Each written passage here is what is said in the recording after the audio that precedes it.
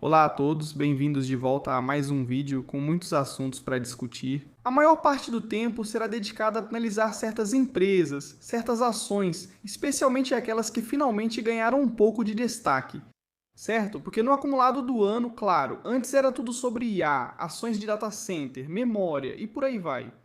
Mas nos últimos dias, talvez 2, 3 semanas, vimos empresas de SaaS, nomes de cibersegurança começarem a ganhar destaque. E adivinha só? A reversão, ou devo dizer, a virada. A virada tem sido bastante agressiva. Tem sido agressiva e, na verdade, lenta e agressiva na queda. Mas agora tem sido rápida e agressiva na subida. Agora, será que isso pode durar? Resta saber, se eu tivesse uma bola de cristal, não estaria aqui. Mas alguns desses nomes faz sentido porque eles subiram tanto e tão rápido. Porque sangravam tão devagar, a avaliação não fazia sentido, nem 3 ou 4 meses atrás.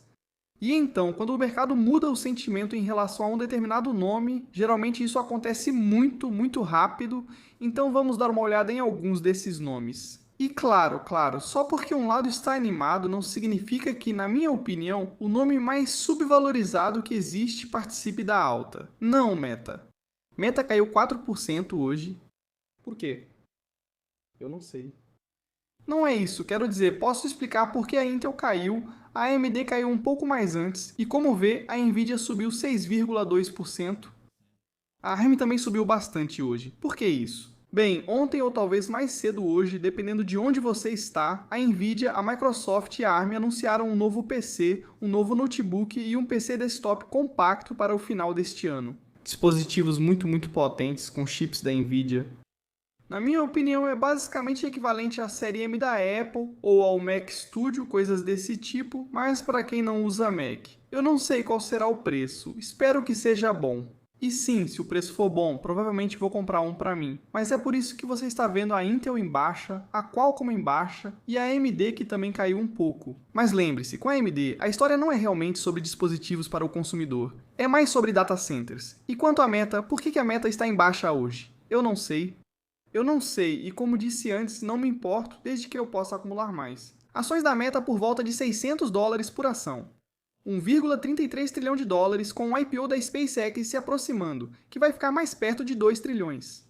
Enquanto empresas são negociadas com prêmios e múltiplos altos, você pode conseguir esse ótimo negócio por um preço bem baixo. Agora falando sobre o que está indo bem hoje. Bem, como você pode ver bem aqui, esses nomes, os nomes que realmente não participaram do rally de alta, nomes de cibersegurança, nomes de software, o que você quiser, todos eles estão em alta hoje. Eles na verdade vêm subindo nos últimos dias também, certo? Na última semana, muitos desses nomes subiram bastante.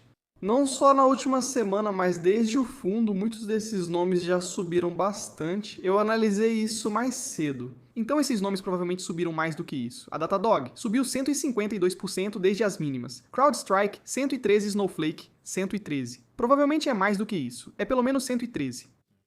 Fortinet, 95, Rubrik, 85. Agora provavelmente perto de 90. Eles divulgam os resultados, claro, no final desta semana. ServiceNow subiu 53. Palantir, 27, provavelmente mais perto de 30. O mesmo vale para Shopify, Axon e Salesforce, agora mais perto de 20%. Workday, 30%. Então, como você pode ver, a reversão foi bastante agressiva. Agora, se você acertou o fundo, parabéns para você, você está com um ganho significativo. Mesmo sem acertar o fundo, se você decidir comprar ou acumular em certas faixas de preço, já está valendo. Ou então, um ServiceNow. Mesmo que você não tenha pegado o fundo de US$ 90 ou US$ 88, se você comprou a 95, comprou a 100. Sem você ainda estaria em uma boa posição agora. E sabe o que é interessante em tudo isso? Sim, estamos em um mercado de alta desde 2020. 23 então são 23, 24, 25, agora metade de 26 você diria. Mas eu não diria que 26 é um mercado de alta completo, porque nem todos os nomes estão participando da alta. E como você pode ver, as ações do SP500 acima de suas médias de 20 dias estão girando em torno de 50% ou algo assim. Então sim, aqui claramente de novo, nem tudo participou do mercado de alta. O que é ainda mais interessante é isso. Isso foi postado no final da semana passada, a correlação implícita de 3 meses do SP500 que caiu para cerca de 15%, o menor valor já registrado, de acordo com essa postagem aqui. A correlação implícita mede até que ponto as ações devem se mover em conjunto e um valor tão baixo indica uma independência significativamente maior entre as ações individuais dentro do índice. Novamente, na minha opinião, o mercado de seleção de ações é muito melhor do que um mercado onde tudo sobe ao mesmo tempo ou tudo cai ao mesmo tempo sem nenhum motivo aparente. Olhando para a correlação implícita de 12 meses, o Nasdaq 100 está em 25,5%, também uma mínima histórica. Essa porcentagem caiu 35 pontos desde 2022 e está bem abaixo da média de longo prazo, de 45,9%. Isso reflete um mercado concentrado, dominado por poucas ações de tecnologia de grande capitalização. A liderança do mercado raramente foi tão concentrada. Eu concordo. Agora, será que esse mercado pode continuar subindo mesmo que algumas dessas grandes empresas estejam prestes a atingir o pico em breve? Em breve, quero dizer, em alguns trimestres? Eu acho que sim, porque se algumas dessas empresas em alta começarem a atingir o pico, talvez outras empresas comecem a participar do ciclo de alta, porque o mercado estava errado em relação a elas. Talvez porque o custo dos tokens vai cair significativamente, o que significa que as margens de muitas dessas empresas, que de repente, digamos, mudam seu modelo de negócios para um modelo baseado em consumo ou baseado em resultados, ou qualquer outro. Mas todas essas empresas no momento provavelmente estão gastando bastante dinheiro para rodar todos esses modelos, as GPUs, etc. Bem, se os créditos vão custar menos, se os modelos vão ficar mais inteligentes, ou seja, qualquer coisa que você receba como resultado vai te custar X menos uma certa quantia em dólares, mas a qualidade continua a mesma, então você vai ver sua margem aumentar. Você está vendo o retorno sobre o investimento começar a aumentar também. Provavelmente nem todo mundo vai ter esse resultado, mas aqueles que já têm grande distribuição, uma grande base de clientes, bons produtos que podem monetizar e talvez se integrar a IA neles. Eu acho que esse será o caso. Agora, na verdade, temos mais comentários sobre isso. Este é o CEO do Fundo Soberano da Noruega conversando com o CEO da IBM. Primeiro falando sobre uma bolha e depois sobre o restante. Qual parte da IA é uma bolha? Acho que parte da construção da infraestrutura provavelmente está um pouco à frente do que o mundo pode suportar nos próximos anos. A maneira como eu colocaria isso é porque já fui acusado algumas vezes de dizer que não é uma bolha, mas eu acredito que é meio que o motivo pelo qual eu formulei a pergunta com um pouco de cuidado. Alguns vão decepcionar. Muitos vão prosperar, mas nem todos vão prosperar. É assim que eu colocaria. Que eu acho que é a forma mais segura de dizer, especialmente como CEO da IBM neste momento. E assim como em todo outro ciclo, é isso. Nem todos vão ter sucesso, e nem todos vão sobreviver, mas muitos vão. Quando você diz que o projeto de infraestrutura está adiantado, o que isso quer dizer? Olha, pelos cálculos que eu fiz, cerca de 1 gigawatt de energia, você pode debater, mas custa de 60 a 80 bilhões de dólares em semicondutores para abastecê-lo. Veja, já se comprometeram com mais de 100 gigawatts de construção de data centers de IA, isso aponta para 6 a 8 trilhões em investimentos nessa construção. Se você disser que isso tem um retorno de 5 a 7 anos, você vai precisar de 1 a 2 trilhões a mais por ano em receita, porque dentro desse 1 a 2, mesmo que a margem seja alta, essa margem alta será de 20 a 30%. Então, eu não acredito que exista toda essa receita incremental. E é por isso que eu acho que está um pouco adiantado. Eu também acredito, em segundo lugar, que muitos dos maiores modelos vão se tornar uma commodity. Commodities podem ser valiosas, mas o custo de troca entre elas costuma ser baixo. Se o custo de troca é baixo, isso significa que você pode ter uma margem, mas não vai ser uma margem protegida por um grande fosso competitivo. Então, esses dois fatores me fazem acreditar que talvez não vá haver meia dúzia ou uma dúzia de empresas que consigam construir os maiores modelos e sobreviver, talvez 2 ou 3. E isso então te mostra o outro lado da questão, que é quanto pode ser o gasto total de capital investido nos data centers. Se você dissesse que era metade do que é hoje, eu diria que faz total sentido. Quero dizer, isso faz sentido. Mas quando é o dobro disso, então talvez alguns desses não consigam obter um bom retorno. Concordo e discordo. Ele cita um exemplo de 100 gigawatts que, segundo seus cálculos, custaria cerca de 6 trilhões de dólares. Então você vai ter que garantir que o seu negócio consiga lidar com isso e que o retorno sobre o investimento faça sentido. Mas eu realmente acho que quando alguém fala sobre 100 gigawatts, não está falando de 100 gigawatts para os próximos anos. Eles estão falando de 100 gigawatts para a próxima década ou mais, então não são 100 gigawatts agora. Você só tem 5 anos para recuperar o investimento. Esse não é o caso de nenhuma das empresas no momento. Falando sobre LLM se tornando uma commodity, quero dizer, isso é algo que já sabemos há bastante tempo.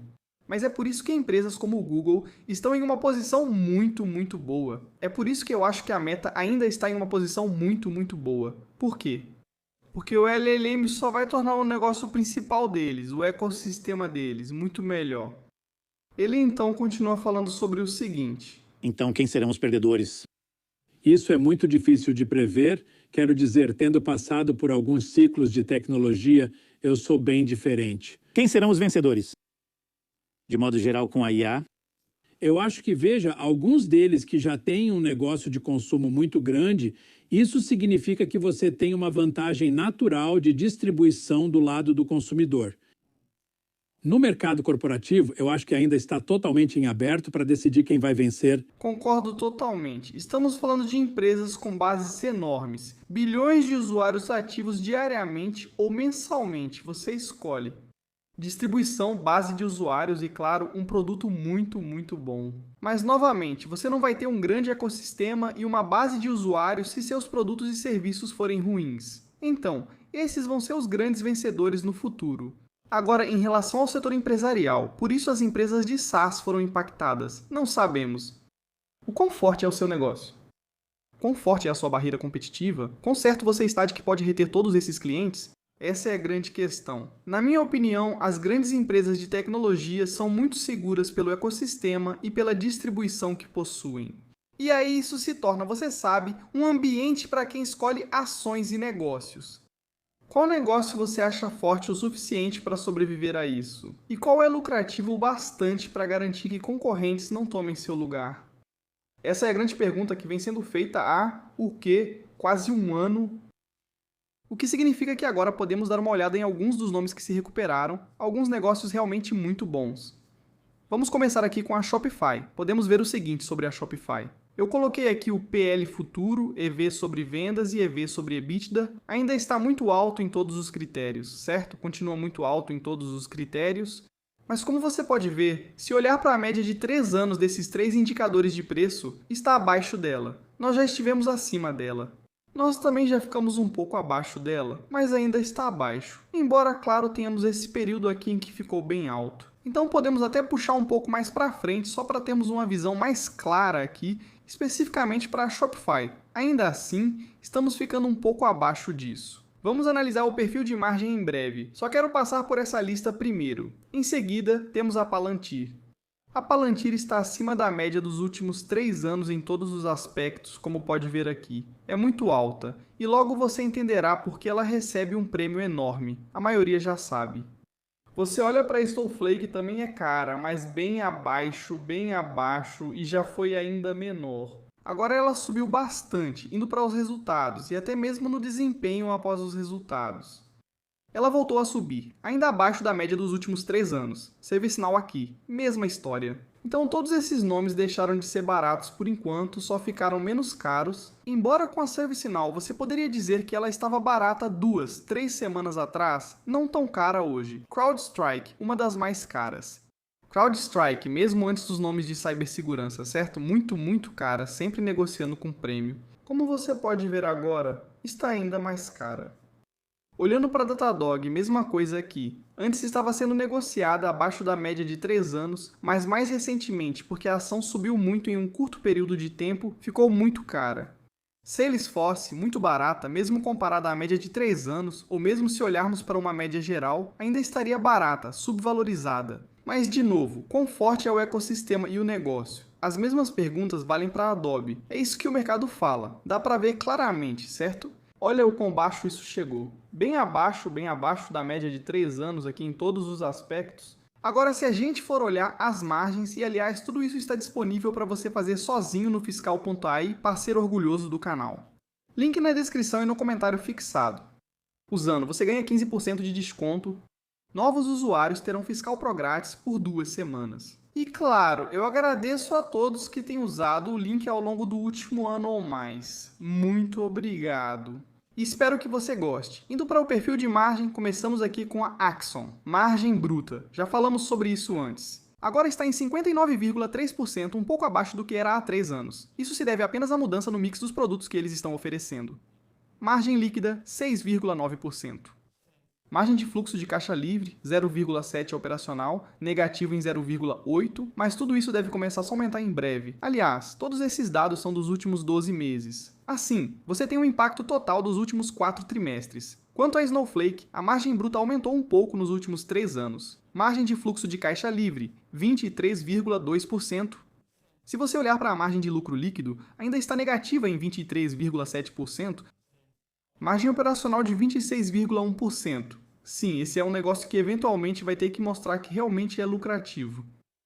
Com relação a ServiceNow, aqui sim, vemos um pequeno impacto na margem bruta, 76,6% margem de fluxo de caixa livre, 33,2% margem operacional, 13,4% e, então, margem de lucro líquido, 12,6%.